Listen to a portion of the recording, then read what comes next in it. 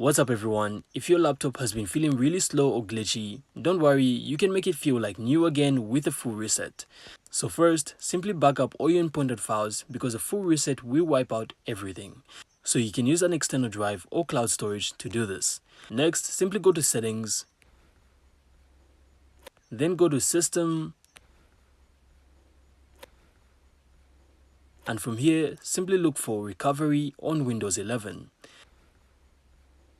Now you're then gonna have to choose Reset this PC. Then select Remove Everything for a full clean slate.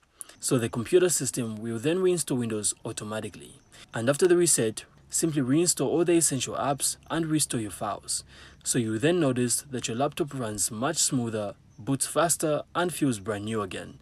So I really hope this works for you, and if it does, make sure to leave a like and of course subscribe. Then we'll see you on the next one.